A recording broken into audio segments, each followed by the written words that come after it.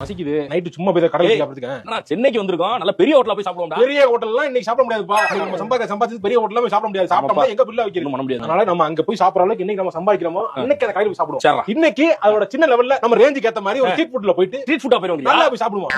கூட்டமா நிக்கிறாங்க. லைட்லாம் ஒரு மாதிரி போட்டுருக்கானே. சிக்கு சிக்கு சிக்கு சிக்கு சிக்கு லைட்ட போட்டு சீரியல் போட்டு கடையோட லைட் பெருசா இருக்கு பாரு. வா என்னன்னு போய் பாப்போம். அங்க போய் சாப்பிடுவோம். அண்ணே லைட் பயங்கரமா இருக்கு.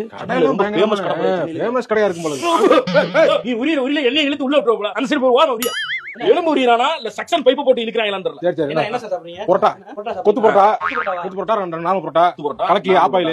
முதல்ல ஆளு ரெண்டு பரோட்டா தந்துருங்க. அண்ணே முதல்ல நார்மலா ரெண்டு பரோட்டா தந்துருங்க. அதுக்கு அப்புறம் ஒரு எக் கொத்து பரோட்டா ஒன்னு ஷேர் பண்ணிக்கோடா.